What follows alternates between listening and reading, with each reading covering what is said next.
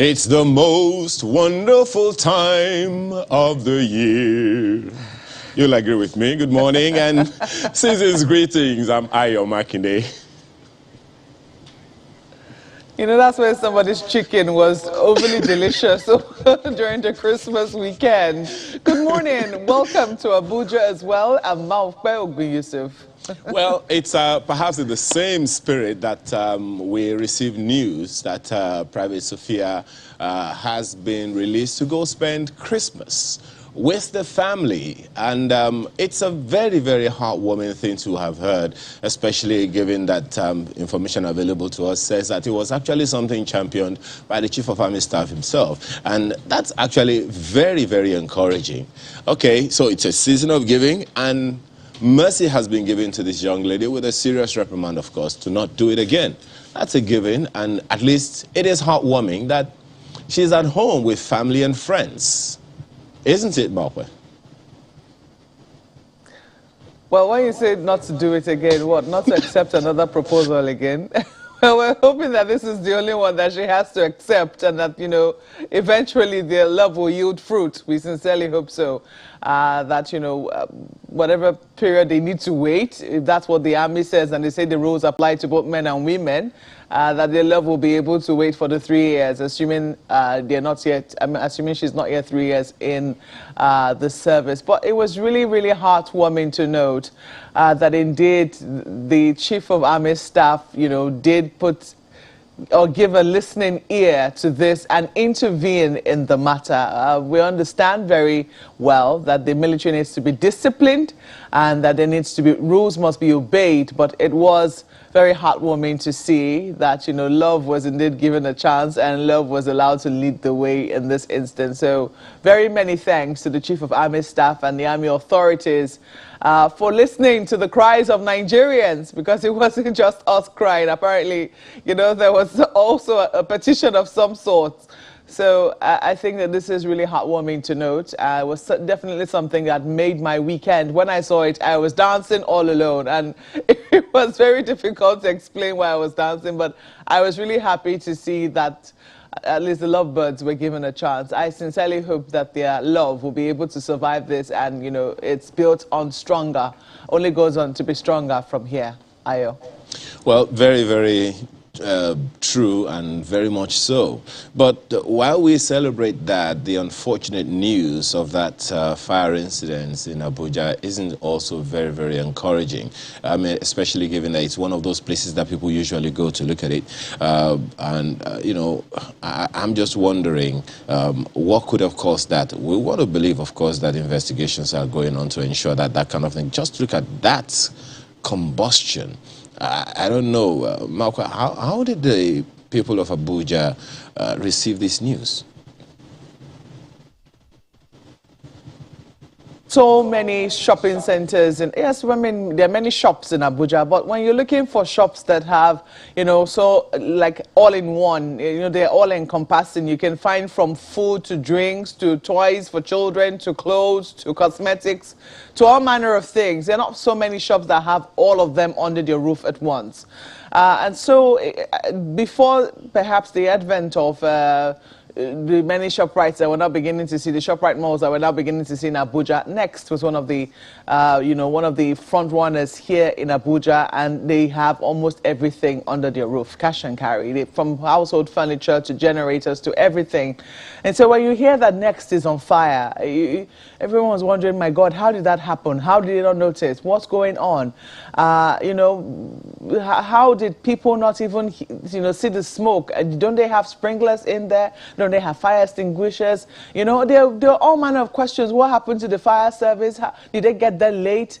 How did this fire start? There are lots of questions on people's minds, Ayo. And it is particularly even more disturbing because another supermarket of that nature also went up in flames sometime in the middle of this year, Prince Eban supermarket here in Abuja got burnt as well, and that's another shop that is very much like Next in terms of the kinds of things that they have in them, where you can find almost anything. You know, a lot of women can tell you when they do their household shopping. So it is very disheartening to see, you know, an investment that heavy gone up in flames. Just speaking with my partner over the weekend, and we're like, my God, you mean that is some people's jobs gone? I mean, Christmas came, while they were celebrating, it meant that after they finished celebrating Christmas, there's nowhere for them to go to resume to, because a whole, you know, a whole entity, that's an entire company, is burnt to the ground. I sincerely hope, and you know, I pray that we hear a very thorough investigation that is being carried out into this, to know how did this happen, you know, because there'll be lessons to be learned. There'll be lessons to learn for other institutions as well, other places, other establishments, let me put it that way.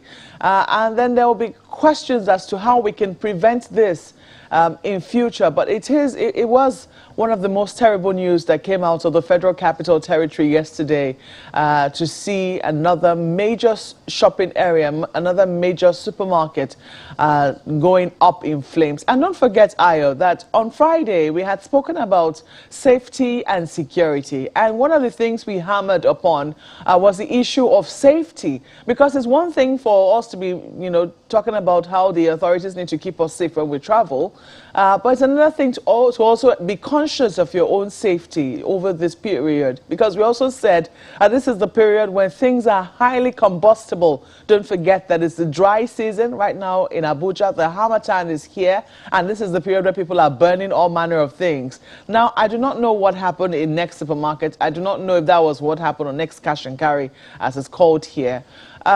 But you cannot rule it out. So we really need to be careful. I did say on Friday that over the period of that dry season, how many markets? I think we could count up to 5 markets that went up in flames. So I want to believe that since we've seen this one now, that there will be extra precautions taken in places that we know, you know, and this is anywhere, even our homes.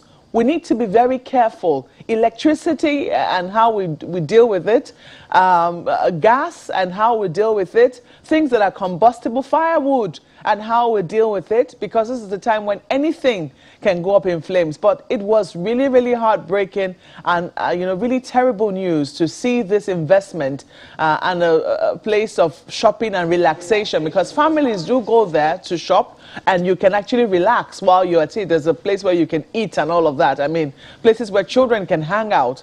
So it is, you know, it was really, really heartbreaking to see this investment go up in flames, Ayo. Well, one thing that we can just hope is, just as you've said, let there be some investigation to go into this, because, forgive me, the entrepreneurial mind and the human in me is asking a lot of questions, insurance, protection, safety that you talked about. But then we just can't be satisfied with the fact that there's been a fire. Let's find out exactly what happened. Well, a number of things have happened over the weekend, and the papers have them for us.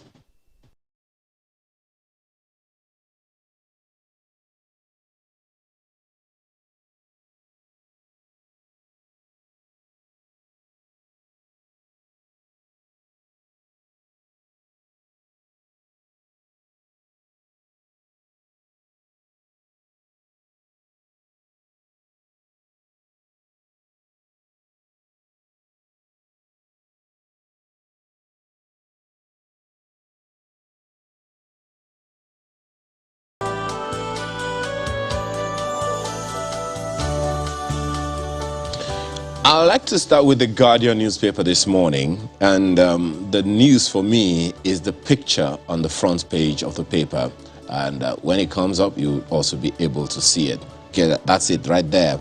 That picture is of members of the Islamic Movement of Nigeria presenting a drawing of Jesus to the General Overseer, Christ Evangelical and Life Intervention Ministry, Pastor Yohana Buru, during Christmas Day service at his church, where about 525 Muslims attended the church as part of efforts to strengthen Christian-Muslim relationship and religious tolerance. This happened in Kaduna. What better news to start with this morning? But of course, the major story on the front page of the Guardian newspaper is Gulf widens as Nigeria spends 19 trillion naira on Chinese foods in 45 months. How many budget cycles is that? Okay, well, that's just one budget cycle and a half or so. But look at the writers. Nigeria's imports from Asian giants expanded 183 times in 27 years. Regional leaders explore fresh Euro-Asian ties as after struggles. Outward-oriented trade threatens intra-African trade. Beg your pardon? Intra-African agenda. That story is on the front page, continues on page 2. One is wondering how the economic community is looking at this, but that's what you have on the front page of the Guardian newspaper, along with several other stories this morning. Okay. Take a look at the Vanguard, and they also have an economic story on the front page as well. Tension in foods, drinks sector over expatriate quota abuse. That's what you find on the front page. 456 foreigners in 41 companies in the sector doing jobs Nigerians can do. 4 such companies account for 186 expatriates. Well, expatriates, foreigners, more or less. I think that's what they should be called. One fruit juice firm holds expatriates, what are they called expatriates? In excess of 65. A flour miller holds 43. Another fruit juice firm holds 45 excess expatriates. Persistent influx of expatriates is in flagrant disregard for Presidential Executive Order 5.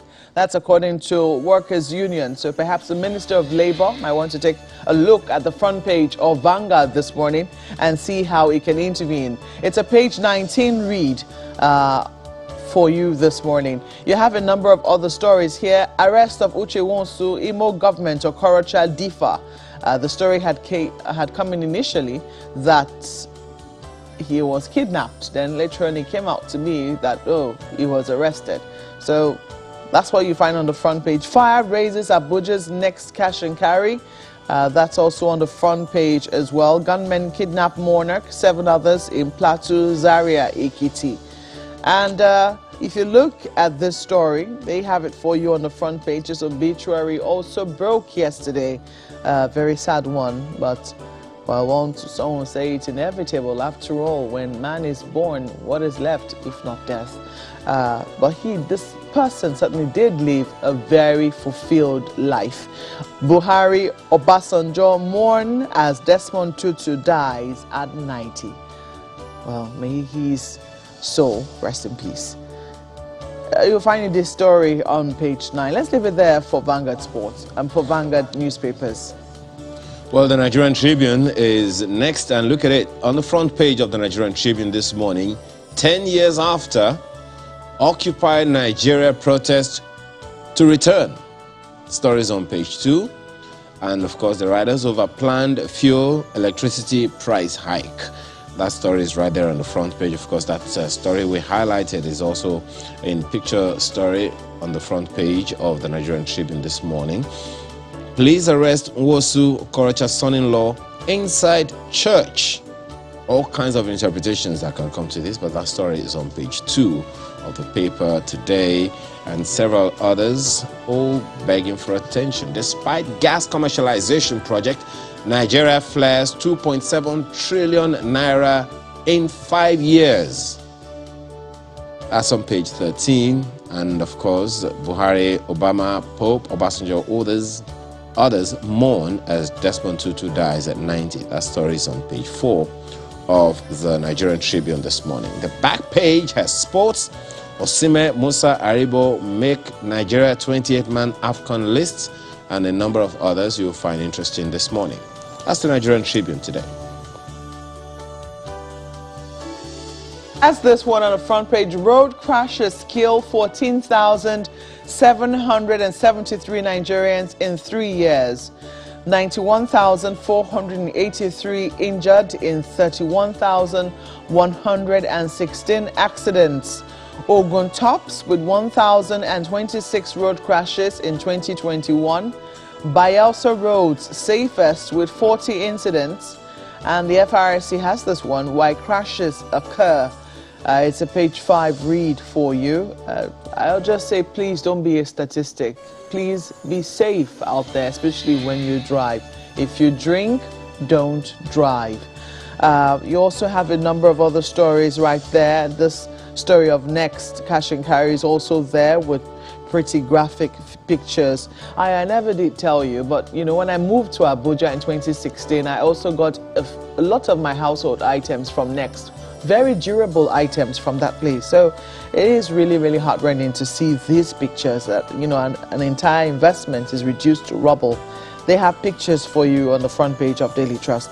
Next Cash and Carry shopping mall gutted by fire in Abuja yesterday. Well, they also say tears as fire destroyed Abuja's Next supermarket. That's also on the front page. Look at this. Federal government to shut down money lending businesses over violations. And Nigeria records 21 coronavirus deaths. Oh yes, not cases now, deaths in 24 hours. So please be safe out there. Let's leave it there for Daily Trust. And switch to Daily Independent, which also has a picture story of what happened in Abuja. But the perspective is different this morning, literally showing rubbles, remains of a section of the popular Next Cash and Carry supermarket after it was razed by fire in Abuja on Sunday.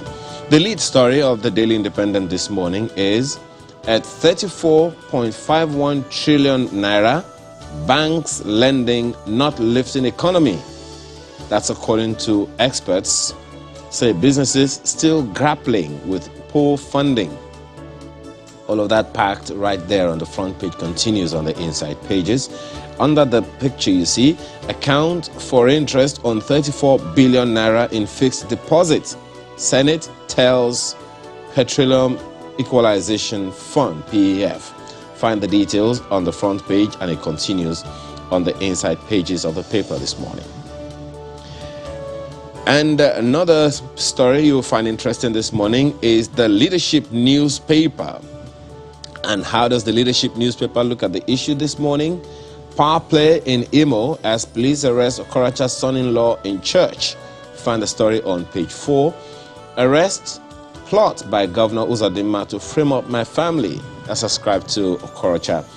Says security operatives humiliated wife, daughter. Stop raising false alarm. Imo government tackles former governor. The details you find on page 4 of the paper this morning.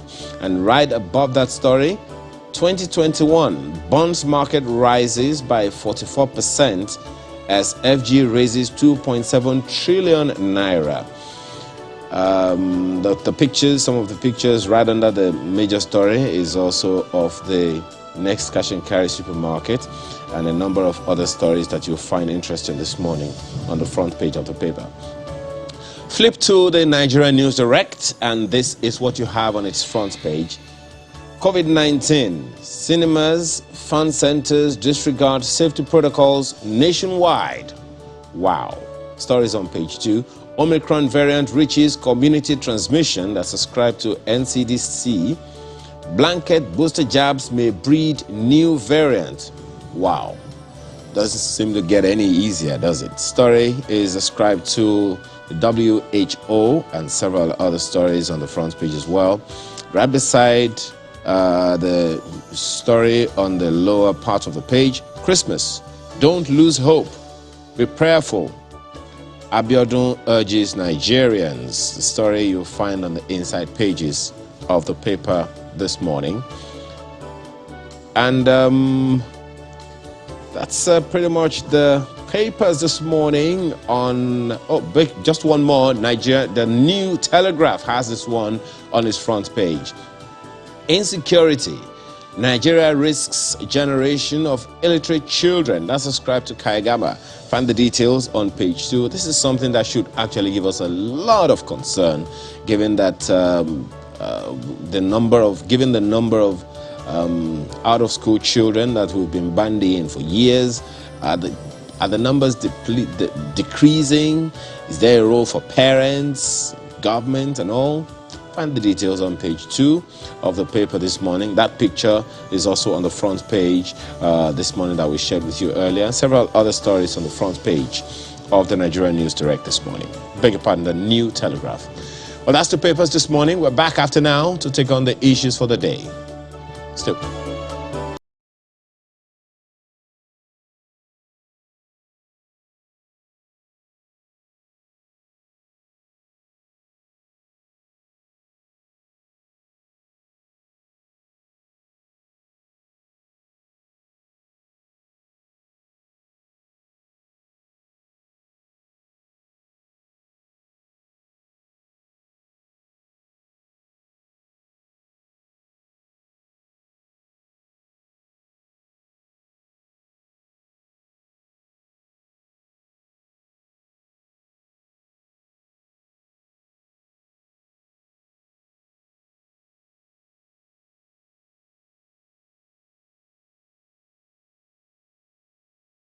And that's what we start with, an economic review of how the year has gone. Indeed, we were teasing that report that was supposed to give us a summary of how we fared in the economic year gone by. And that was our correspondent, Chimiziobi Wago, a business correspondent, giving us a summary of what happened in the year. But hopefully, perhaps on the news at 10 tonight, you should get the full details of that report. We have joining us here from our Abuja studio, Somkele Awakalu, who is a special assistant to the president on economic research in the office of the vice president. You're welcome to Sunrise Daily. Thank you very much. Good morning. And then we also have with us Mr. Shegun Ajayi Kadir, who is the Director General Manufacturers Association of Nigeria as well. Welcome to Sunrise Daily. Thank you for having me. Well, what a year 2021 has been. 2020 was a pretty tough year, without any doubt. No one expected the coronavirus pandemic. Eventually came, and then there was a lockdown, which affected a lot of businesses. Some businesses are yet to recover. Of course, the government will have work on its hands in terms of trying to inject funds into businesses or saying where they have been hurt in 2020 and then seeing how they could recover in 2021. Given the growth rate that we've seen displayed on the screen there just before that report was taken away, how would you say, in your experience, especially working in the manufacturing sector, and there's plenty of stories around the manufacturing sector, even the papers this morning are dealing heavily with what is happening in the manufacturing sector. How would you say that you have fared, your sector has fared, given where we're coming from in 2020? Well, thank you again for having me. The year 2020 was a particularly tough year, like you said. And thanks to the way the federal government managed the COVID-19 pandemic, it minimized what would have been a calamitous situation for the manufacturers. Some of our sectors were able to operate even in 2020. But 2021 came with, I think, some form of relief because the lockdown that we saw in 2020 gave way to some openings. And so manufacturers were able to resume manufacturing in some sense. However, the dislocation that the international logistics has caused didn't allow that effective takeoff. But we noticed in the third and as we are in the fourth quarter now, we are able to see some measure of increase, particularly in capacity utilization. We are now able to access raw materials, particularly those that are available locally. But then the challenge with Forex has really dealt a big blow on our capacity to import those raw materials that are not locally available.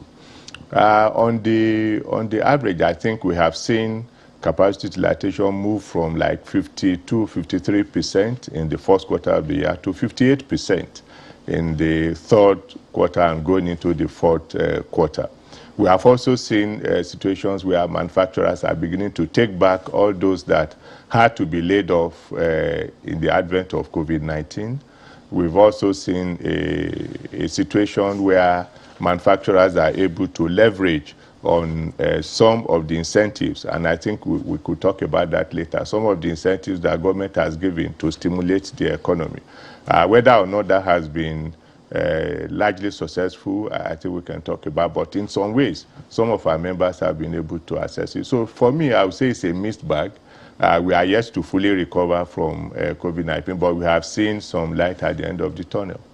That's definitely good to note, especially since it's the manufacturing sector, and that's where, you know, the jobs are. A lot of jobs are in, and that's supposed to in the secondary tier. But let me come to you now. What did government perceive to be its primary task, given where we're coming from in the year 2020? Okay, thank you very much again for having me.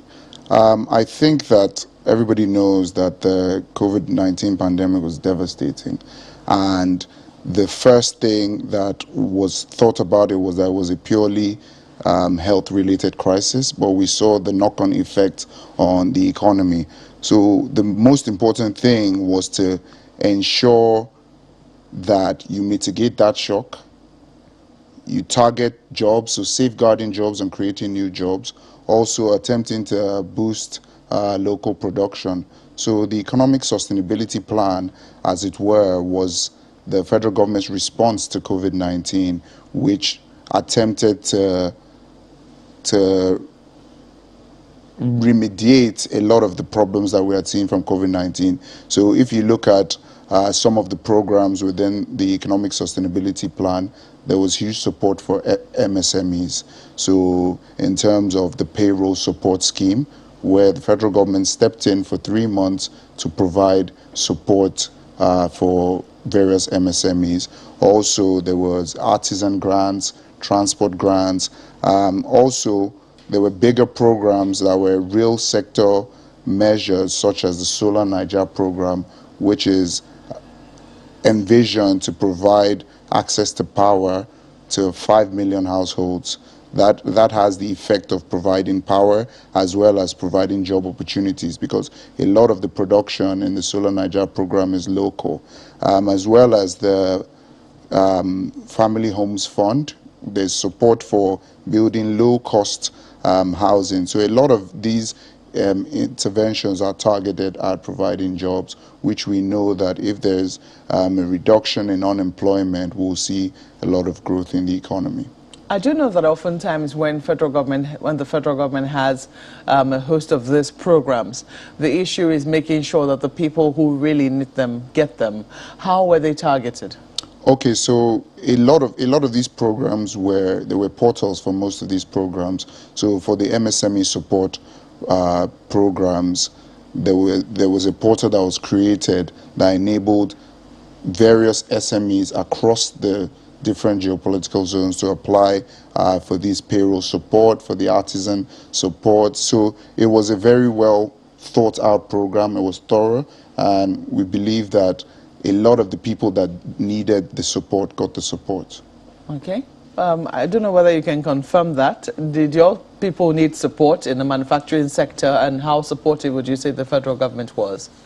Yes, I think, like you said, Danny, we need to discuss that, because there are two ways: support to individual in the households, and then support to the manufacturing sector in order to help them to cope with it. There are quite a number of those, especially those channeled through the CBN, called the stimulus package. Even by the admission of the CBN itself at that time, only about 30% of the 1 trillion naira that was given to support productivity was given. There were issues about assessing those ones. We may not put it in the doors of the CBN, but with the banks that were finding it extremely difficult. And I think we actually suspected some deliberate bureaucratic bottlenecks that were put in place, not to allow those who have been targeted, especially the manufacturers, to access. I think we did actually contact the CBN, quite frankly, and then the idea was that we could work with them to ensure that we track those that have applied and those that have been able to benefit from those funds. Currently, talks are ongoing with the CBN to see how we could scale up I mean, because having just 300 million out of 1 trillion naira, and manufacturers are quite needing for those things, because like I said, we are only recovering from the setbacks that we had in 2020. What is the challenge? Why is it so difficult to get access to the funds? Well, I think there are, it started with the commercial banks saying that they didn't have clarity on the process from the CBN. And then you go to the CBN, and then the CBN tells you that, of course, that they have put in those pressures. I think there was just reluctance to give to the manufacturer. And we did ask for us to know those that have assessed it. We've written severally, actually, to the CBN. But talks are on now, and I think the CBN itself is setting up a committee and have asked us to send a nomination to be able to facilitate this type of exchanges. I think in future, that's what is critical for me in this matter.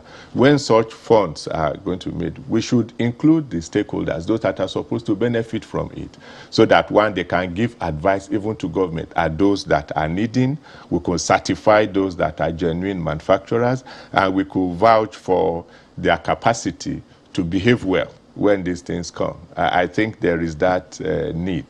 One would have thought immediately that when, you know, these kinds of things are available, when these kinds of supports are available, that the people that will be reached out to will be organizations like yourself, which already will have like a database of its own people and will certainly be able to vouch for. Did you have to reach out, or you were reached out to? We had to reach out, unfortunately.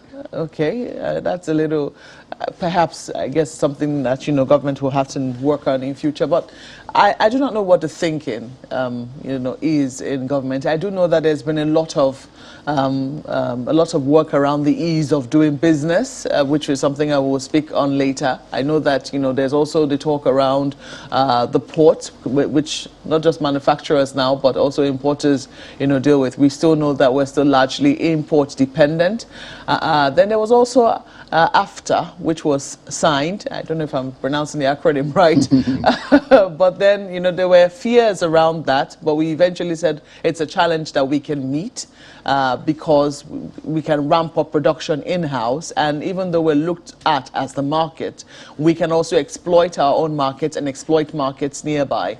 So it would seem that even though 2020 was some sort of setback, there was a lot of opportunity coming into 2021. How would you say that we have maximized the opportunities that 2021 presented?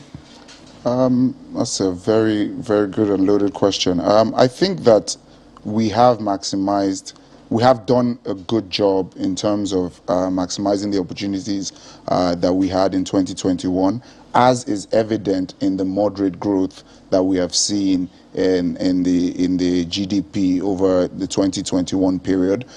You can also see that inflation is trending downwards, which is always a good thing.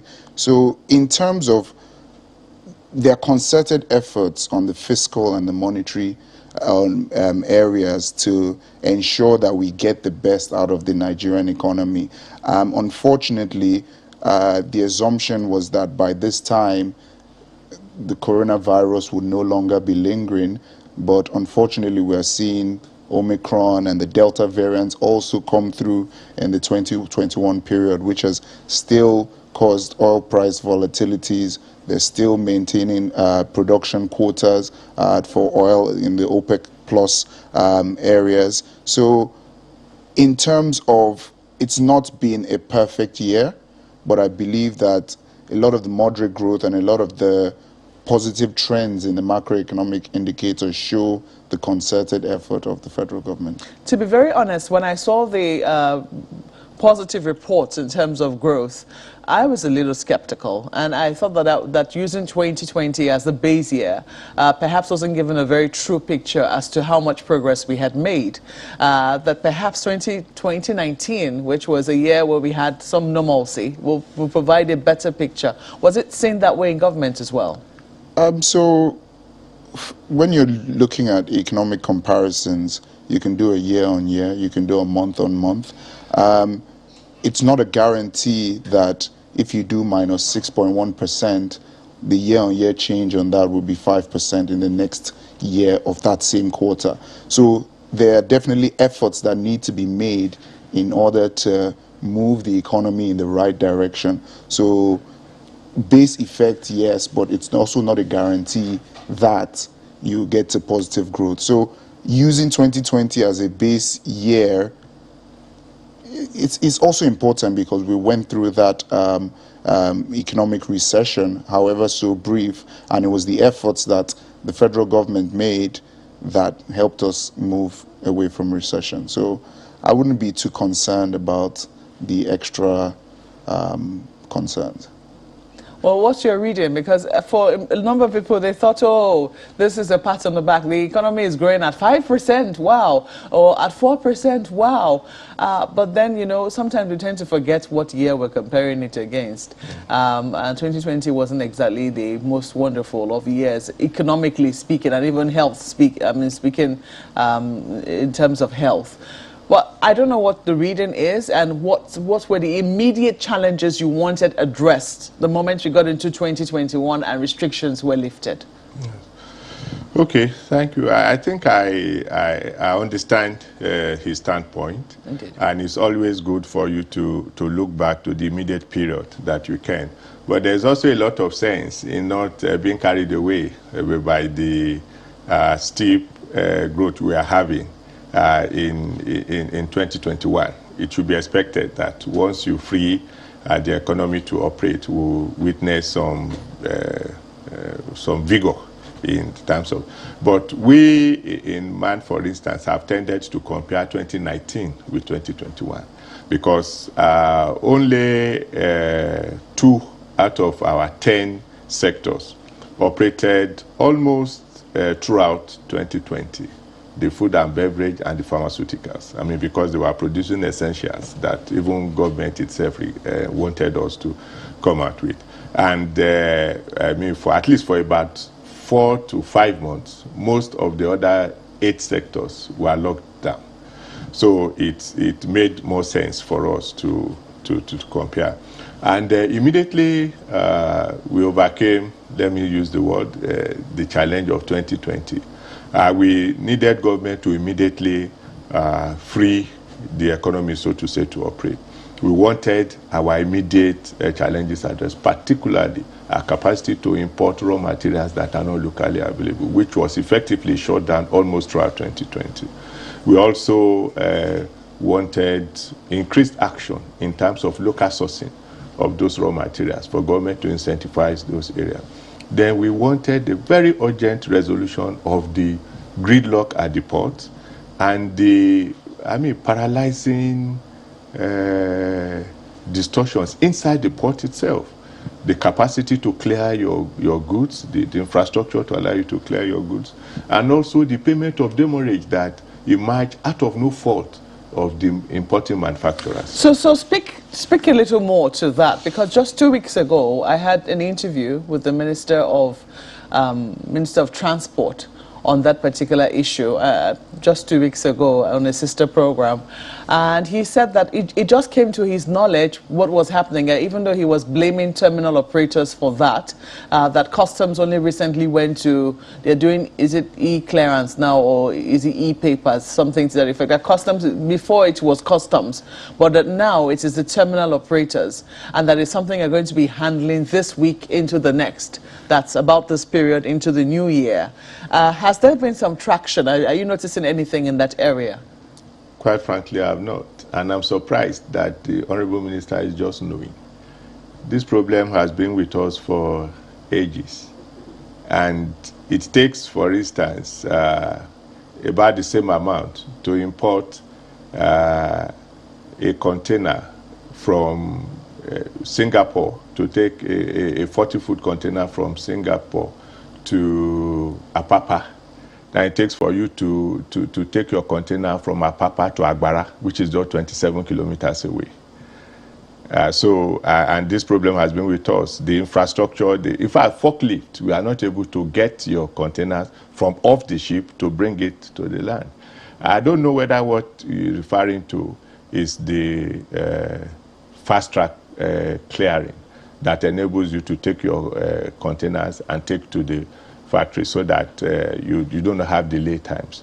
But all those exist for bona fide manufacturers, for instance. But the truth of it is that you need to physically take them from the port. And when the e-clearance was introduced recently, we saw that it collapsed after about 2-3 weeks. So if there is a renewed effort by government to restart it, I think it will be a welcome development. And what we have said in all of this is, you cannot shave somebody's head in his absence. Let us take part in all these processes. The task force, the presidential task force on easing the business around the port should include the stakeholders, major stakeholders, manufacturers as stakeholders. And what we import is actually to improve productivity. So we are eminently qualified to be part of the process so that we can point to it when it is not working, so that the cumulative challenges that we have, we can lay it right at the doorstep of these committees. Okay. Let me quickly send this to Lagos as well, because I know that Ayo has a guest. Ayo. Well, thank you, Mark. We have Dr. Ayo Teriba with us. He joins us virtually. He's Chief Executive Officer, Economic Associates. He's a lecturer at the Nigerian University of Technology and Management in Lagos, coordinator TWG on FinSec and capital markets, national development plans. He's been a part of the national development plans 2021 to 2025, and he's vice chairman, Technical Committee, National Council on Privatization. Thank you for joining us this morning, Dr. Teriba. Truly appreciate your time with us this morning. Well, I would have loved to take you on, general overview, first of all, of your assessment of our policies that have brought us thus far in this year. But I would like to begin from the financial sector. Information available says that in the second quarter of this year, the financial sector contracted by 4.5%. Despite banks' resilience, as from figures released by the NBS. But in quarter three, the financial sector is said to have expanded by 23%. Is that, for you, anything to cheer, or is just another caution point? Well, we've seen a bit of turbulence, both in the economy and in the financial system in 2021. Never mind, we got bigger turbulence in 2020. So in a turbulent financial period, you have to carefully interpret, the financial sector growth figures, that you get. What do you make, for example, of 20% growth in the context of massive devaluation of the naira? So you have to be careful the figures you quote. If you had an environment where things are tranquil, where things are stable, domestic prices are stable, exchange rate is stable, then you can make a lot out of 20-something% growth. But where we started with an exchange rate that had been stable in the retail market at about 360 naira to $1, you now have it having moved 200 naira away from that point, and then you speak about 24% growth, and then one will have to question you that what will the figure look like after you adjust for that massive devaluation. The question. Well, yes. I mean, you've painted it. Maybe you may want to expatiate a little further, because somewhere in the business community, they will be wondering, okay, if this is not as good a news as it sounds, then what would be their fate? They have to go to these same financial institutions to get some financial instruments to do business. But then if that's the understanding from the figures that you have given us, juxtaposing the exchange rate with these growth figures that are being quoted by the NBS, then where stands the business environment or ease of doing business, so to speak? Well, it's only saying that success stories are going to be difficult to find in a turbulent economic and financial environment. You have to be careful of illusory growth, where financial prices are not stable. You have to look at growth figures with all the scrutiny you can muster before you conclude that the economy is growing. Basically, that's the story. Regardless of where the economy has been in terms of turbulence, the answer to your question about people's fate, about fortunes, doesn't lie in the past. Because the growth figures we are branding, whether it's second quarter or third quarter, or for that matter, full year 2020 compared to 2019, growth figures, I should remind you, are post-mortems. You can't do anything about them. And by the time you know what those growth figures are, it's too late to act on them. So people's faith and fortune should be pitched in a forward-looking way about, what policies are that are likely to change the reality that we're about to experience compared with the realities captured in those postmortems that you are dwelling on. So maybe we should speak more about the opportunities, like you started off, policy interventions now that could, give us better outcomes going forward. Dwelling Dr. Tereba, on things that we cannot do anything about, yeah. I perfectly understand, looking forward and all, but you elders often say in your part of the nation that if you don't know what fell you, you could still fall further if you do not address them. So that's why I'm asking, are there policies that may have caused us to stumble the way you have talked about, and then these illusionary figures that you have talked about? Are there policies that brought us thus far that we should give a second look? Right. The discussants have said enough about the challenges imposed on the economy by the pandemic and its ripple effects. And so we do not need to dwell on that anymore. The forces we have to deal with are quite severe. But the good news is that Nigeria is not dealing with those forces alone. And so many other economies around the world are withstanding those shocks better, both the shocks of the pandemic and its ripples.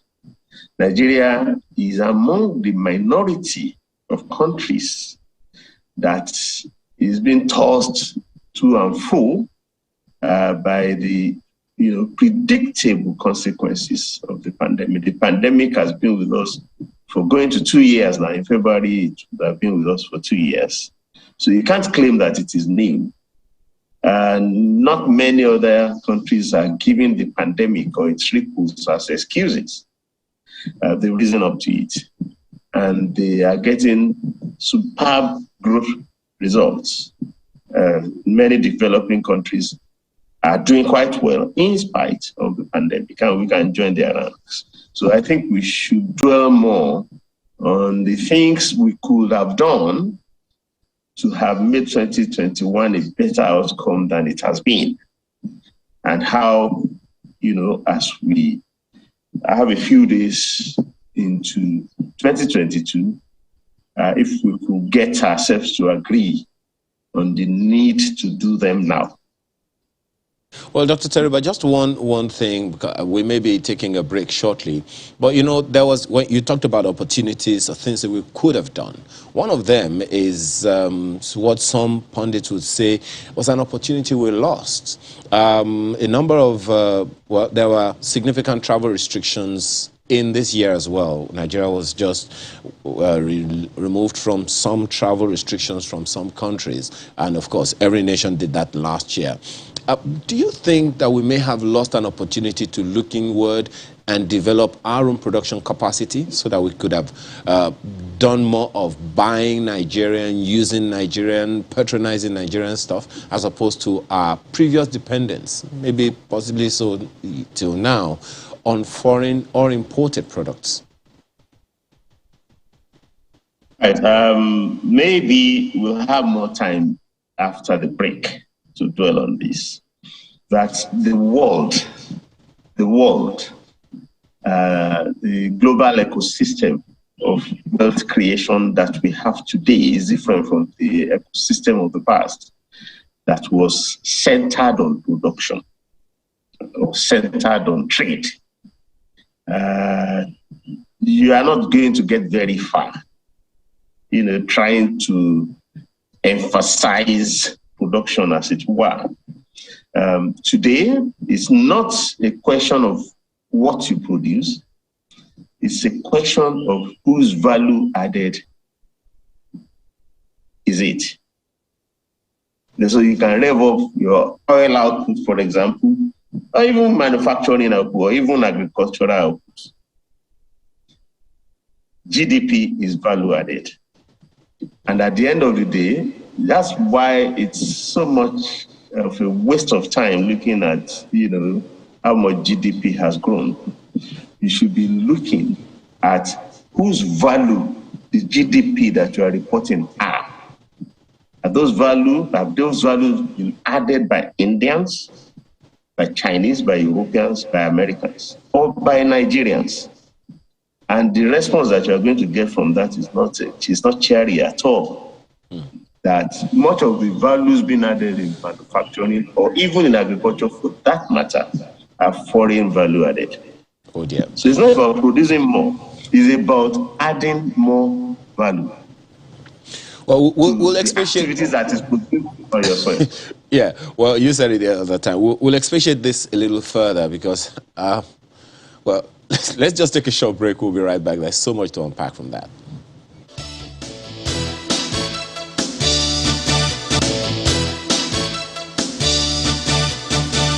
Thanks for staying with us. Well, Dr. Teriba, let's unpack some of the things that you said earlier, that it's not only about the production, or it's about the value, but then the process has to start from somewhere, isn't it? Yeah, it starts from each country identifying and focusing on its assets and ensuring that the assets add as the most value they can add, whether at home or abroad. You know, so the age of preoccupation with GDP is past. We are in the age where countries are more preoccupied with the values that their nationals add, whether at home or abroad. So you've got our agricultural space, our solid mineral space, our trading space. Go to Computer Village, you know, littered with migrants who, by the way, add most of the value. If anyone have access to improved seedlings in agriculture, is the foreigners, not Nigerians. If anybody has access, you know, to technology, it's foreigners, it's not Nigerians, or even to better financing, to cheaper credits from home, it's foreigners, not Nigerians. And the Chinatowns are not here for nothing. The spas, the chain stores are not here for nothing. So the GDP growth that you are counting and you're listing, this sector is growing, that sector is growing, whose value added it is. At the end of the day, values added by foreigners will end up in foreign countries. It's only the values added by Nigerians that stay in Nigeria, or the values added by Nigerians abroad that will come back to Nigeria. So we need to move away from production centricism, as they call it, or output centricism, towards asset centricism. And in this case, we are talking of the capacity of your nationals to add value, your own human capital. But it's not just your human capital, it's all the assets that you own, your companies, how much value are they adding compared with the values being added by foreign companies. Even your real estate, your lands, your built structures, what are they worth compared with their potential market value? So it's an age where you focus on assets, which is where output springs from. Our output, the GDP, is just a stream from assets. And so if we need to say more about our assets, and get more out of our assets, if we are going to change the fortunes of Nigerians positively, and if we are going to improve the narrative going forward. In a nutshell, we can debate it more.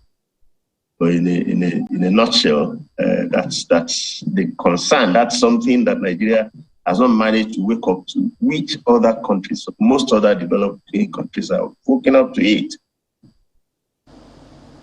Are you there?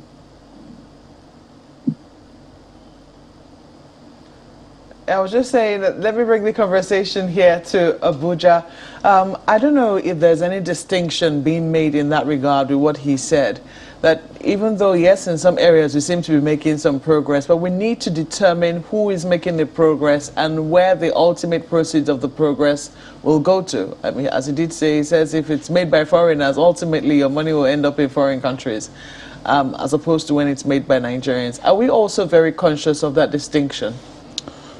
So definitely Dr. Teriba is a renowned economist, so I'm not going to have a back and forth with him. That's not going to be fair. But he's made some good points around value add and who is actually bringing this value. But I think we should not lose track of lose sight of the fact that we still need to start from somewhere. We still need to have this production.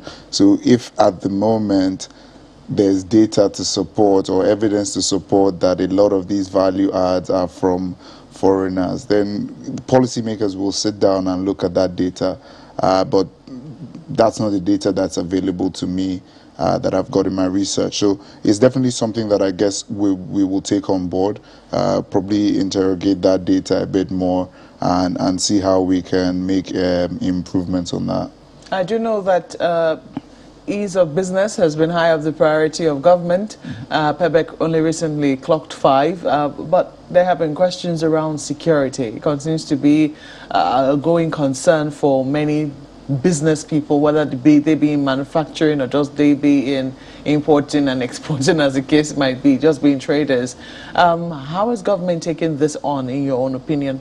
Okay, so I'm not a security expert, Indeed. So I can't comment too much on the security measures, but what I can comment on are the job-intensive measures that are trying to be achieved, because I believe personally that when you reduce unemployment, the attendant effects of security and crime go down. So for instance, there's an AFDB-led program called iDice, which is investing in digital and creative enterprises program, which is targeting a number of people, so providing infrastructure, so last mile broadband, off-grid power, providing finance, so early growth startup finance to startups in the digital and creative enterprises, also providing skills and development. And this is something that I believe will reduce unemployment drastically going forward.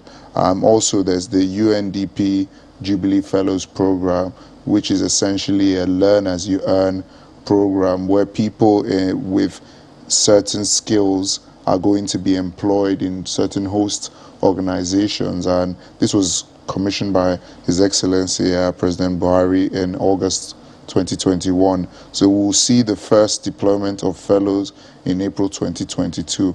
So I believe that if we continue to do our labor-intensive measures and continue to push a reduction in unemployment, I think that we'll see the effects across the board. Well, as Mr. Teriba did say, a review is more or less the post-mortem.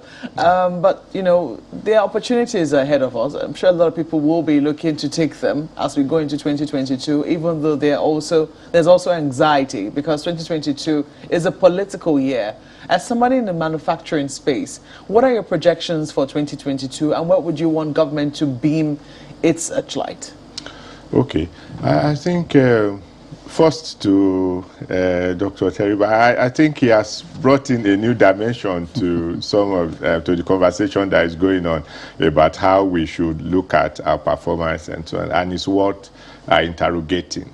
I think, in fact, because I know him personally, I'm going to call him after this show to really expatiate on it, because we really need to be productive in Nigeria. And I will see how, one, they should not be mutually exclusive. I mean, the aspect he's thinking about should not be taken forgetting the need for us to ramp up production. So I think there has to be some realignments of the issues. But back to what you asked, I think there are quite a number of immediate things that we would like government to do even before we get into 2022.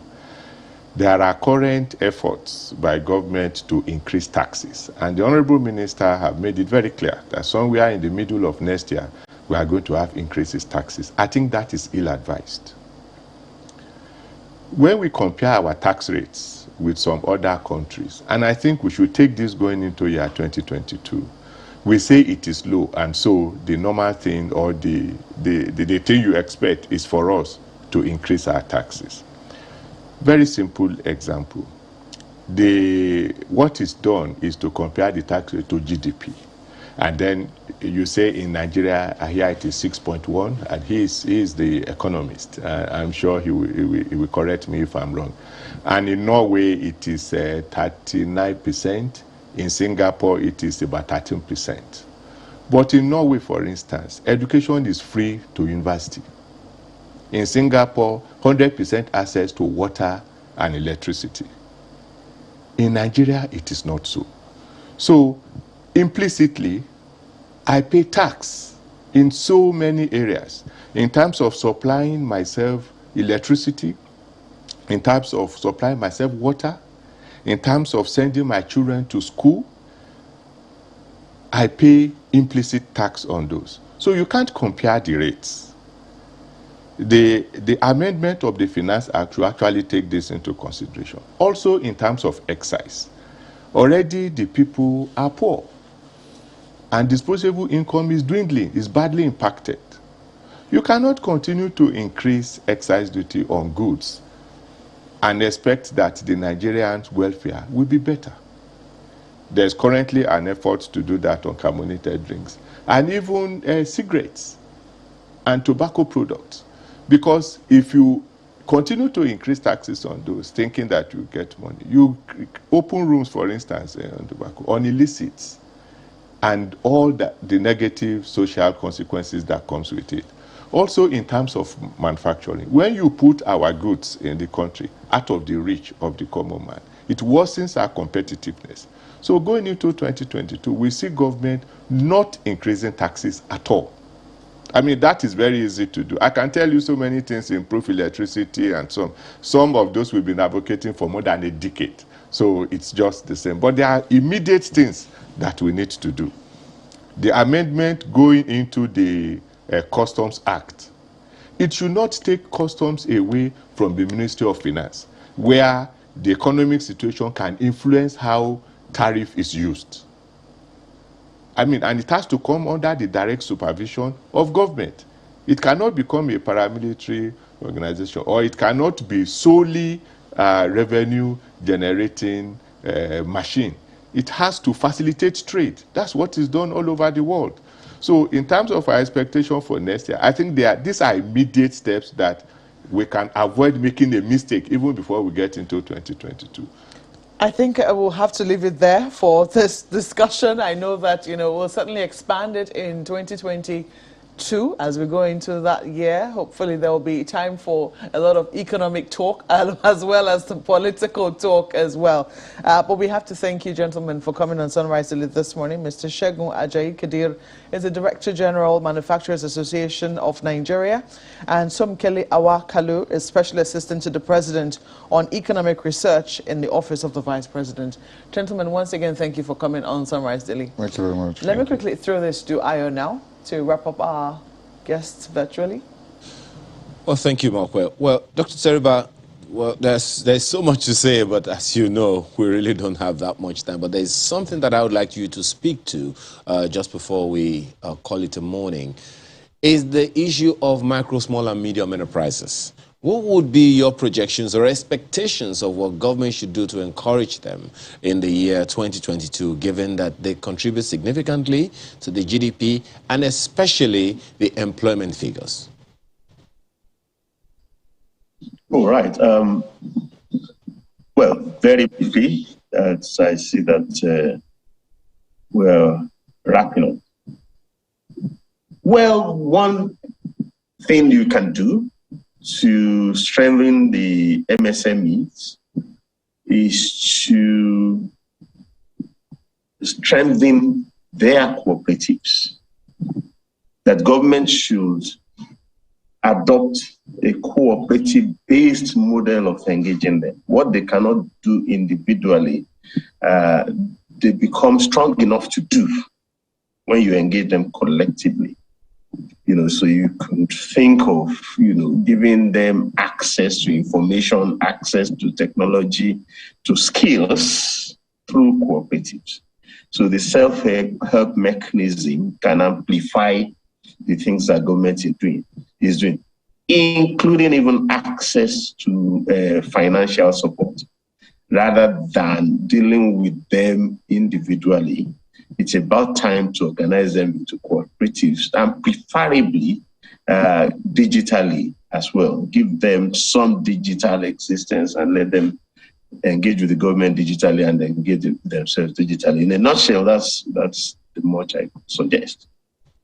Well, there is so much to say, Dr. Teriba. I hope that the next time we have you, we'll be able to bring you into the studio so that we can have more time to talk about some of these issues. But we have to thank you very much for your time this morning. Dr. Ayo Teriba is Chief Executive Officer, Economic Associates, is a lecturer at Nigerian University of Technology and Management, Lagos, coordinator TWG, the Technical Working Group on FinSec and Capital Markets for the National Development Plan of 2021 to 2025, and is Vice Chairman, Technical Committee, National Council on Privatization. Thank you so much this morning for being a part of our program.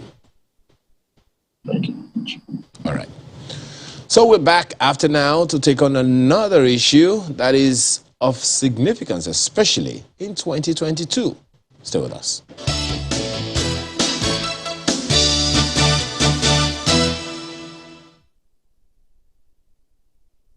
The National Assembly amended the Constitution to empower the Commission to register political parties on the following grounds. 1. Breach of any of the requirements for registration as a political party. 2. Failure to win at least 25% of the votes cast in one state of the Federation in a presidential election, or 25% of the votes cast in one local government area of a state in a governorship election. And 3, failure to win at least one ward in a chairmanship election, one seat in the National or State Assembly election, or one seat in a councillorship election. In order to implement the provision of the 4th alteration to the Constitution, the Commission carried out an assessment of political parties to determine compliance with the requirements for their registration.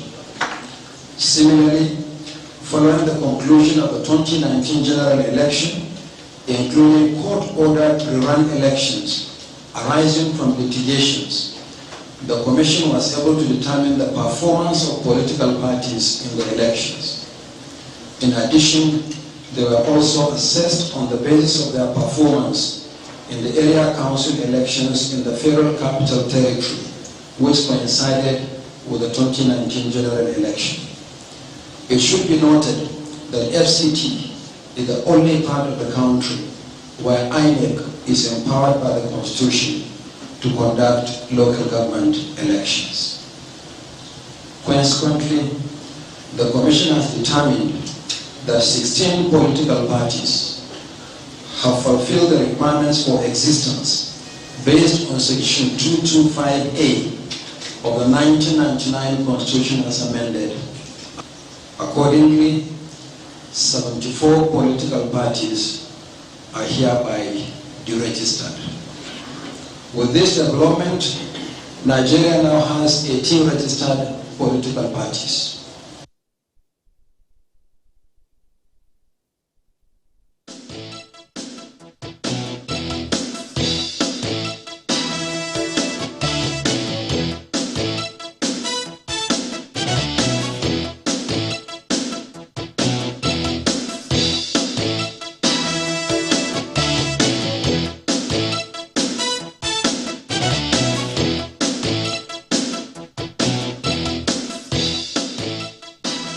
Well, this morning, it's time for us to look at some issues that will definitely take center stage in the year ahead, which is an election year in itself. Peter Ame is former presidential candidate, Progressive People's Alliance, and is also former president in council, Interparty Advisory Council of Nigeria between 2019 and 2020. He joins us virtually from Lokoja, as well as Austin Aigbe, who is Senior Program Officer, Center for Democracy and Development, Member Steering Committee, Nigeria Civil Society Situation Room.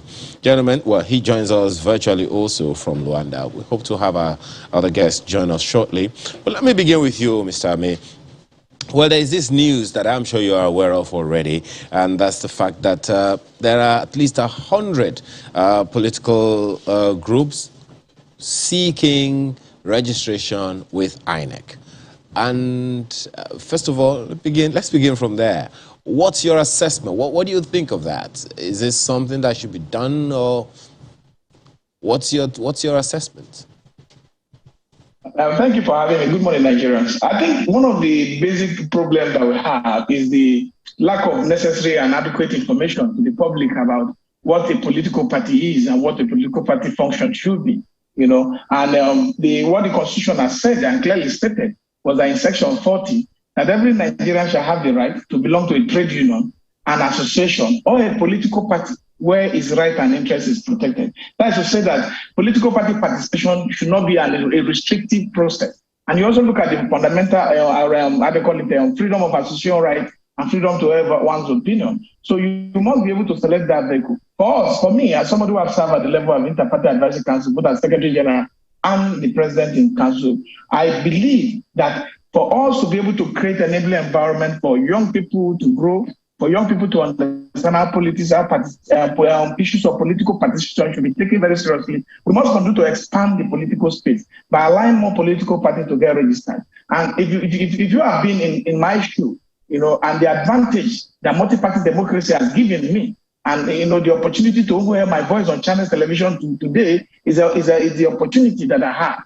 in participating in this process. If you go to smaller countries like Benin Republic, they have over 100 political parties. South Africa, what we should do is rather concentrating on the symptoms, we should concentrate on the root cause of the issue. Because one of the effects of multi-party democracy is to expand the space. And one of the downside of what is making it not to grow, the greatest impediment to growth of multi-party democracy in Nigeria is lack of credible foundation for a free and fair election.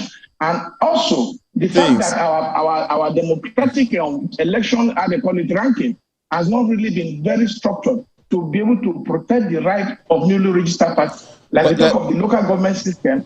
Just to go, you said so many things. I support more participation. You support more parties coming on stream. That's what you're saying.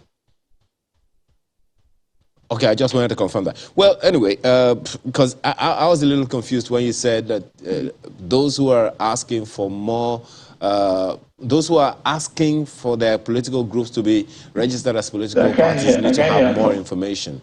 Oh, yeah, well, we'll come to you. I'm sure that we'll get back more information from you. Austin Aigbe is also in Luanda.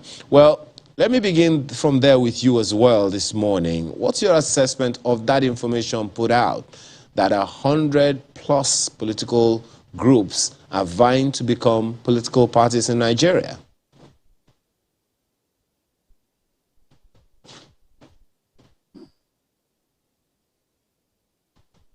You may want to unmute, Mr. Aigbe. We can't hear you. Oh, sorry, I was mute. All right. Thank you. Good morning, everyone. Good morning, Nigerians, and thanks for having me. I said it's not the first time INEC will come up with those kind of comments regarding party registration, number of political parties wants to be registered, number of political groups wants to be registered. But usually, when they are registered, they never always meet the threshold. And when they don't meet the threshold, we are back to square one, where parties are deregistered. You saw the INEC chairman mention very categorically atomizing the criteria for deregistration of political parties. And one of them, he said, were unable to meet certain percentile in terms of representation, either at the councillorship level or at the House of Assembly level or at the national election, being able to meet 25% threshold of the general vote. That is the bane. That is the bane. We have argued that parties need to be institutionalized in Nigeria. I have no problem with registration of new parties, but you cannot put a threshold on their continuous existence. People have the right to organize at a political party level or a political organization and get registered and work their way over the next 20, 30 years before becoming offices. But where we have in Nigeria is that you register a political party today, next year is election. I mean, we're already in 2022, just a few days to 2022. We have about a year, 3, 4. So for you, Mr. Aigbe, that's a problem. That's what you're saying. Yeah, it's a problem. Okay, let me introduce our studio guest, who's also in here with us. Victor Anilaju is a former member, Social Democratic Party, and he's also a former member, Labour Party, Action Congress, Fresh Party, and Alliance for New Nigeria. You've traveled quite a while. Thank you very much for joining us this morning. Thank you. Thank you. Let's begin with that conversation as well. Your opening comments. More political parties, 101 more political parties. Good thing or bad thing? Okay. It is good. It is good in one part of it, right? But I want us to look at why are people agitating to register political parties. That means there is something wrong somewhere. Because if you follow the history, you find out that every election here, there is an increase of demand for more persons or more groups to start up their own political parties. And most of these persons are people from an already existing political party, right? And that is one of the reasons why I am advocating that we have direct primary election. Because we find out that when people belong to a party and they are not pleased with the candidate, with the person that emerged as the candidate, they pull out to set up another political party. That is the basic reason why we are having more political parties. The current APC you know today, it's a breakout from PDP. Immediately they got their candidates. Some persons were not pleased. What did they do? They have to pull out and start up their own party. Go to every other persons or group that is agitating to start up a party. You will find that they are members of an already existing party. So we need to address the issue. Why are people leaving already existing political party to set up their own new party?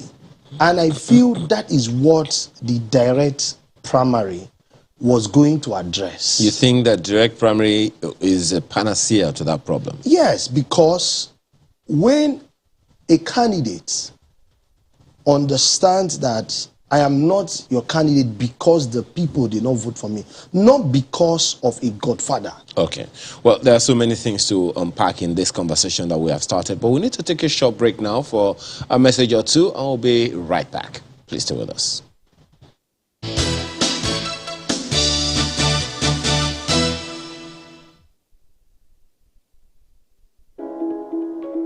There is a historic moment, and Nigeria are Olympic champions. The eagle has long been symbolic of the unity that ties all diverse strands of Nigerian greatness together. With unprecedented access and clarity, the eye of the eagle goes behind the scenes of federal and subnational government in Nigeria. From the corridors of power where cross-sectoral policy in Africa's largest economy is formed, we travel into cities and rural communities nationwide where we bring policy actors to the grassroots to account for their tenures, all while engaging with citizens who express their unfiltered views on policy implementation. Join me, Ajuri Ngelale, to see that which has long been hidden, exclusively on Channels Television.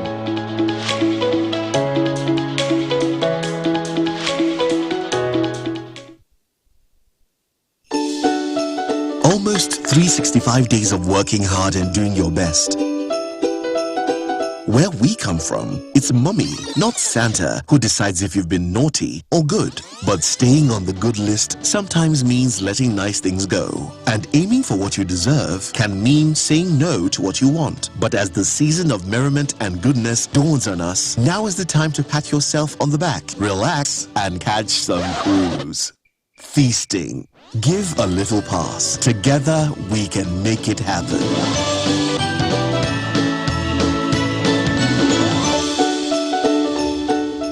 Season's greetings from all of us at Keystone Bank.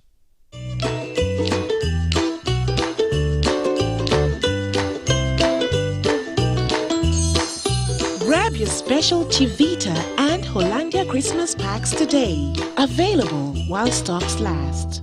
Hello, what is next? You know, what's the Christmas? You know that one? No, I present it. What do you do? Christmas is all about giving.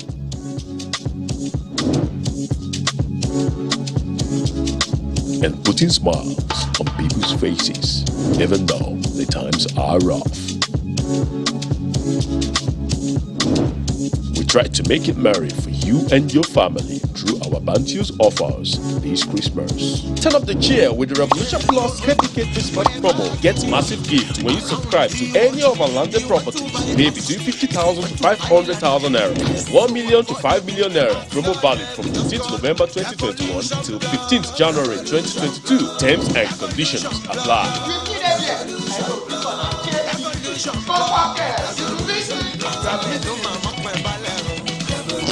Revolution Plus Property. Affordable housing.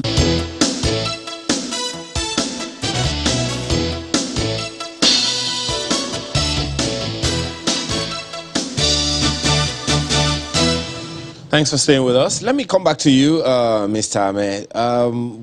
Given the opinion of Mr. Anilaju here as to exploring the reasons for which many people are asking to register new political parties. And you said earlier that there is perhaps a need for people to get more information about what it means to register a political party before they venture into it. Do you think that information is missing? I mean, you heard him say here that most of the people who ask for these new political parties are erstwhile members of other existing political parties. I think people should be using every flimsy excuse or every disagreement in a party to decamp to another party. Because that's also been a bane of our party is not growing organically. When any small misunderstanding within the party, people just move to another party. I've been a member of the PPA since it was formed by our leader, former leader, the leader of the party then, Senator Orji Okalo. I've been a member of the PPA from 2006 till date. And I started as a ward secretary, and followed the ranks to become the national chairman of the party. So the fact is that you must be able to allow the party to grow organically. There are certain information that INEC is putting out there that are actually not correct. When they talk about logistics, they talk about cost, look, the only cost that more political party have to the ballot is the cost of printing a longer sheet. But the cost of transportation, the cost of movement, the number of people, the number of ballot papers to be printed, and the constant variables. When you look at the fact that the number of registered voters, based on the law of the land, that if you are printing ballot papers, you will print the numbers of registered voters. If you have 18 million registered voters, it's 18 million voter paper you will print. So for political parties should not just be made as vehicles for winning elections, as vehicles for coming to power. They should be made as vehicles to educate, to undertake certain function in the society, like even putting governments in check and then work their way and plan their way to grow. The problem we have in the parties not growing as fast as they should be. If you look at the South African local government election, and I will talk more about that because they are one of the best local government elections in Africa, and this allows people to participate. The INEC chairman was talking about the criteria for the registering political party. He talked about area council election and council. Area council election is not part of the local government in Nigeria. Section 225A is clear that you must either win a local government chairman or a councillor.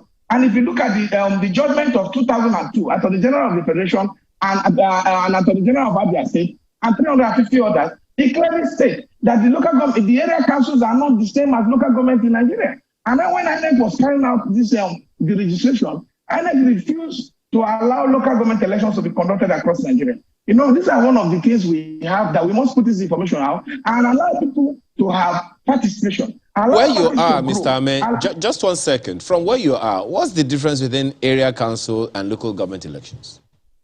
No, it's the Constitution. The Constitution says that Section 7, subsection 1, says that there should be democratically elected local government chairmen and councillors across Nigeria. And the area council is not part of it. It's not captured as local government in Nigeria. It's not. We must clear it. There's not about difference. There are nomenclatures we know, but when we work by the ground laws of the Constitution of the Federal Republic of Nigeria. We cannot create our own laws, except if it's created by the National Assembly and accepted by the President, and then our amendment becomes a reality. But what the Constitution states, even with Supreme Court judgment that I have mentioned, 2002, Attorney General of the Federation versus Attorney General of Abia State and 350 others, it is stated that they are not the same thing, and you can never make them the same. That is why we are saying that we must be able to have a proper structure for the conduct of local government elections. That if parties, if you have a free, fair local government election that is not in the hands of the governors, that the state assembly do not help to make manipulative laws to keep them under lock and keys, and where you see that you can predict the outcome of every local government election in Nigeria, like any local government election they want to do, just be assured that 99.9% will be going to the ruling party in the state, and the 1% that will go maybe to other or maybe council vote on how they call it, on irregular vote, and the rest will go to maybe a party that is a friend that they want to use as how they call it for the principle of how they call it selective generosity. So these are the things they're doing in the state. Well, there's still a lot to say. So let me take this to Mr. Aigbe now. Mr. Aigbe, you have also hinted at the fact that while democracy is growing in years, in quality, there are questions. And that's perhaps why you also think expanding the political space is a good thing. And one way to do it is this political party registration. Don't forget that 74 political parties were deregistered by INEC. I think it was in 2020. And just now we have 18 political parties. Now 100 more are applying to, become political parties, and it is being considered by INEC because that is what the law says. Do you think that will in any way help to develop the political space, not just to expand it?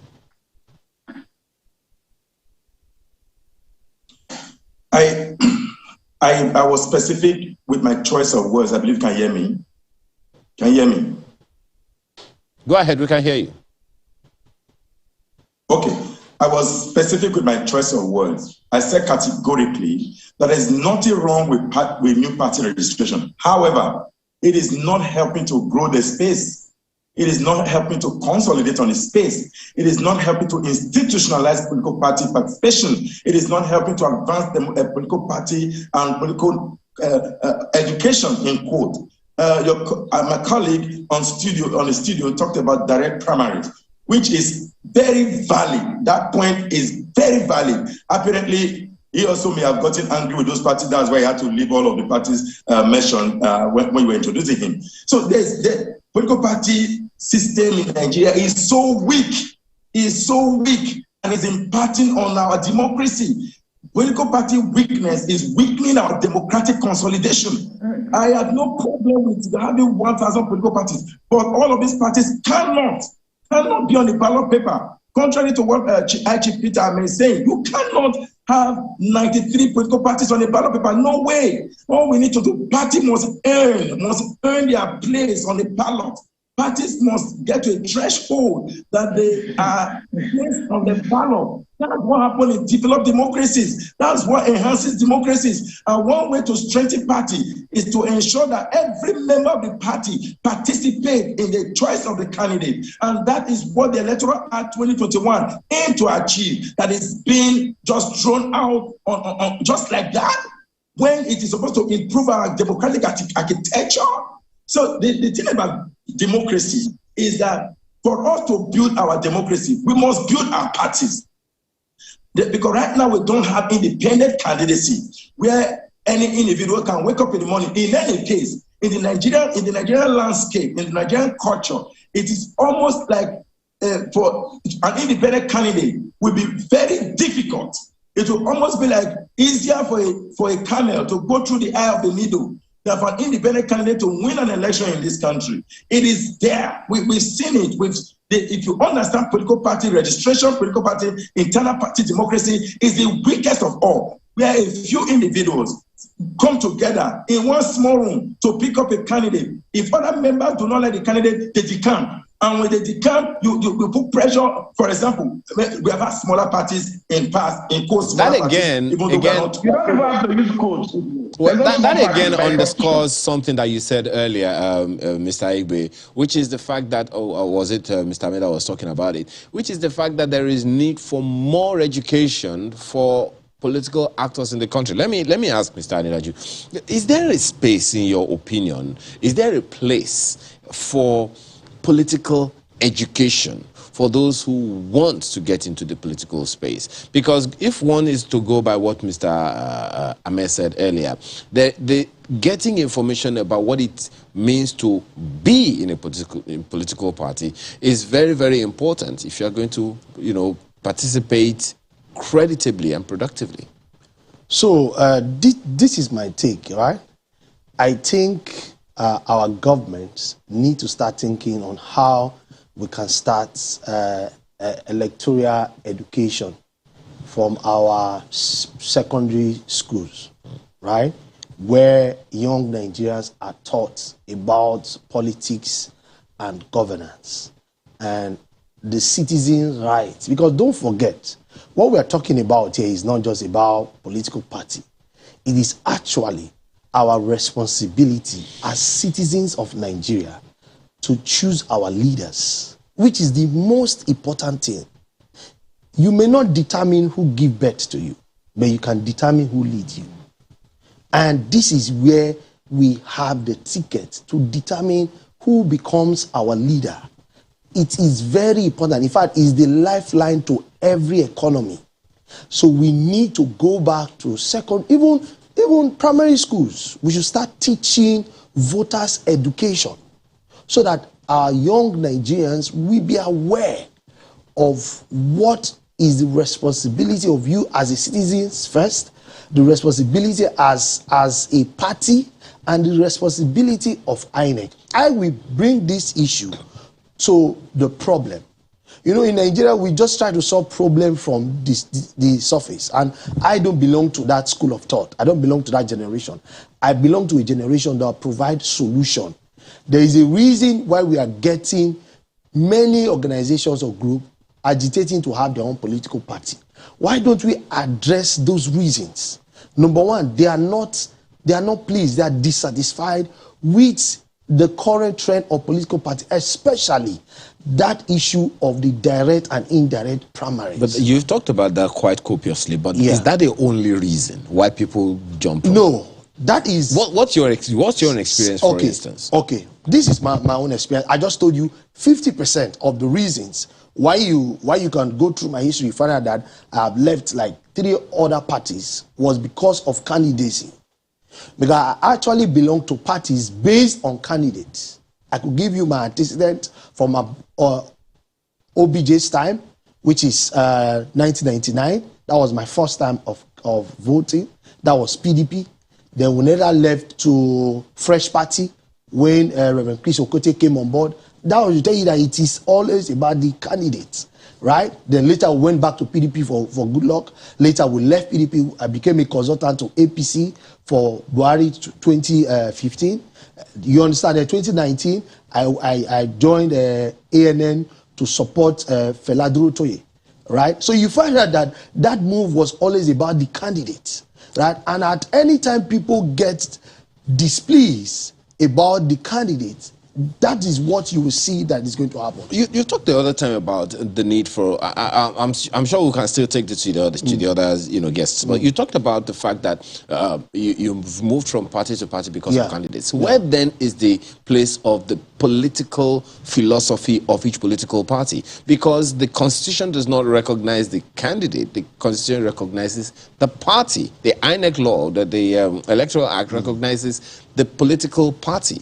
So there is a question of, shouldn't it be the political ideology of that party that would motivate someone to join as opposed to just the candidate? Well, the candidate is important, but the place of the philosophy of that political party is crucial. So you find out that what we want to get is the right leader.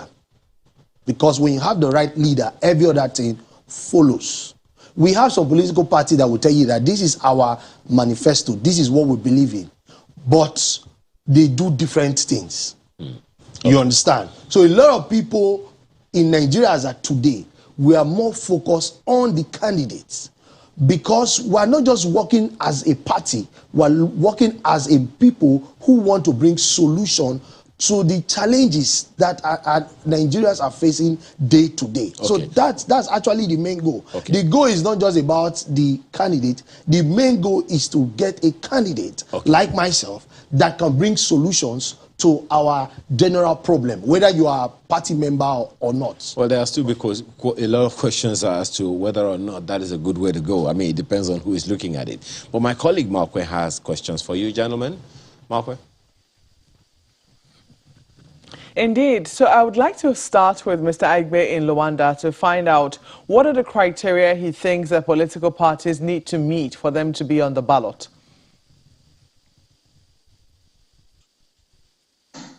Thanks. I was expecting a question because I tried to look at what I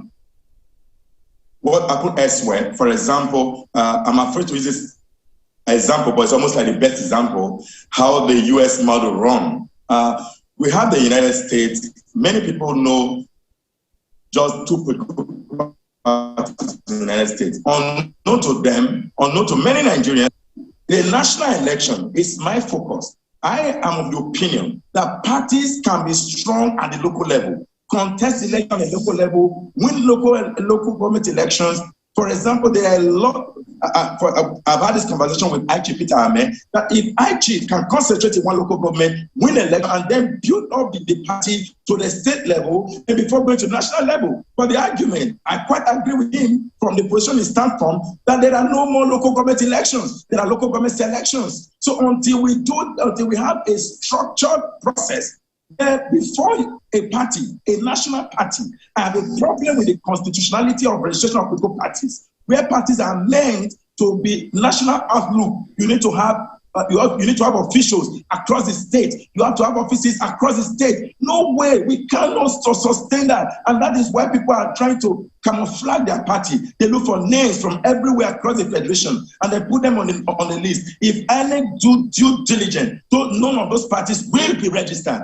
I am looking at the national level participation in terms of ballot. For parties to be on the ballot, they must have some level of representation, maybe like the 25% domiciled in the constitution that INEC chairman they reference to, but not to deregister political parties. It should be a process, like in the US, you need to meet that threshold to end yourself on the ballot. We've had many parties, even the Green Party, trying to end themselves on the ballot in the United States. It never worked because they did not have the coverage of the states of the United States.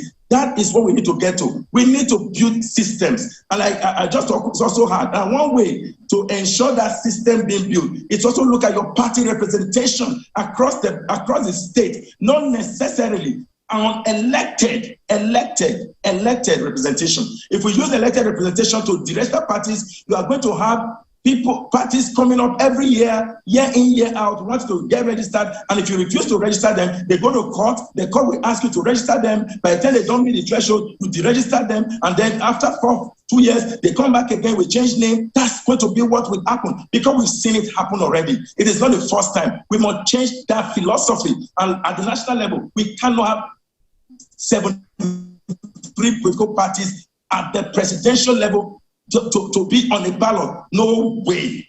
No way.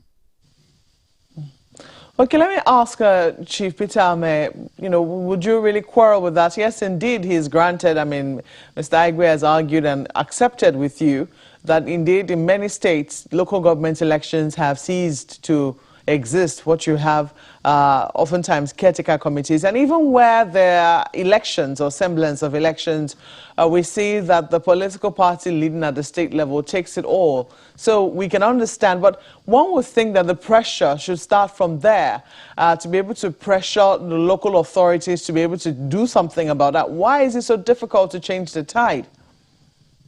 Thank you very much, Michael, for this question. The issue is that you can't change the time. The state assembly, when this law was being made to, law governing the administration of local government election like the state, for the state, there was this provision that was put that the state assembly we make laws, for the local government, how they call it, elections. And in that law, the state assembly has overstepped their bounds. What they now do is to amend law every time that they feel that the party is not strong to win an election.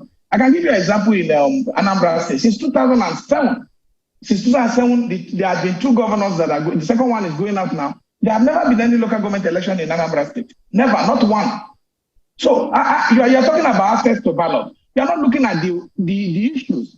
When you are outside, it's easier to say a lot of speak English that will look as if the things are not done right. But when you are inside, you see that there's a huge shortcoming for you to continue to talk about access to ballot. You cannot seek to access to ballot. The election that people are contesting and winning is state assembly and an election conducted by INEC, because our elections are getting fairer. But the issue that you talk about, the local government election is the greatest electoral fraud fostered on our democratic process. And for us to get it right, everybody, the civil society must concentrate on that, and they're concentrating on the wrong thing. The registration of political party is not in line with democratic practice anywhere in the world. I've heard former military head of state of this country tell me in a meeting that they have been to countries that have more political parties than us, and they are working well. You cannot restrict people from participating. I want to be able to correct our brother there. Because INEC is disobeying court order, does not mean that there are 18 political parties. And I challenge every of our journalists to go to the court and get the court document that we have. There's youth party who won from High Court to Court of Appeal. INEC have not obeyed that court order. There's 22 parties that have won. It doesn't make that there are 18 parties. Yes, there are 18 parties as pronounced by INEC due to disobedience of court order, but there are 41 parties as pronounced by the court.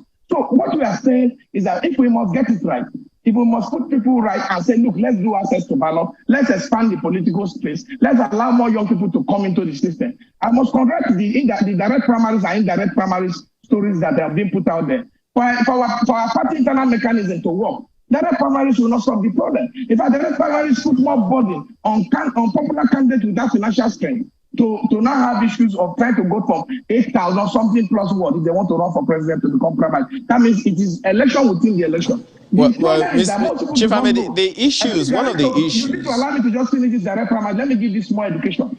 The direct primary, the problem with the direct primaries that they are running away from is that the delegates who are selected will go to a camp in one hotel room and then go and vote for one candidate of their choice based on the money that has been paid. If you want to solve the problem within direct primaries, you will make it direct primaries and put a provision that any party that is going to choose in direct primaries, they must work in line with option A4.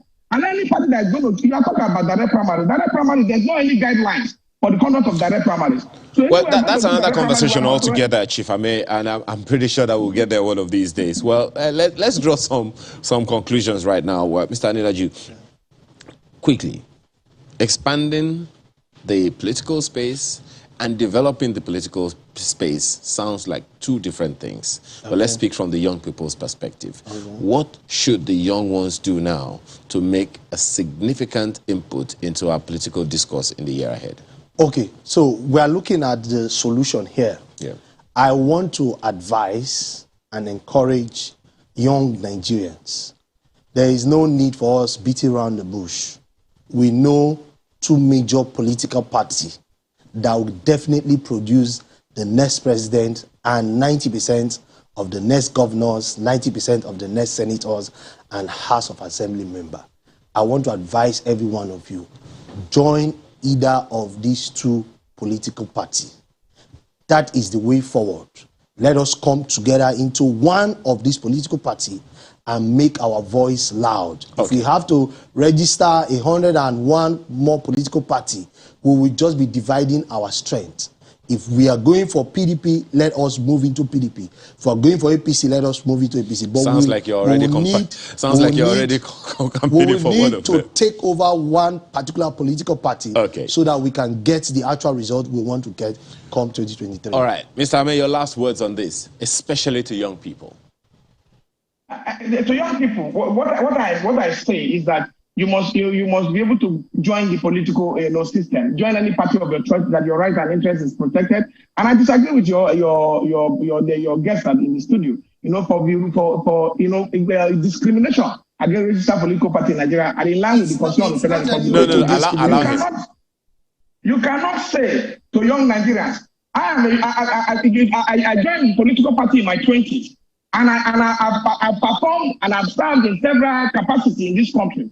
Because of the opportunity that multi-party democracy provides. I've met people, Dr. Paswa, Dr. Isatanko, well, Chief Ahmed, you are already going into some other tangent, and I think you have made a significant point. You have already made a significant point to young people. Join any political party of your choice. Well, Mr. Aigbe, what would be your last word, especially to young people, as we go into the election year 2022?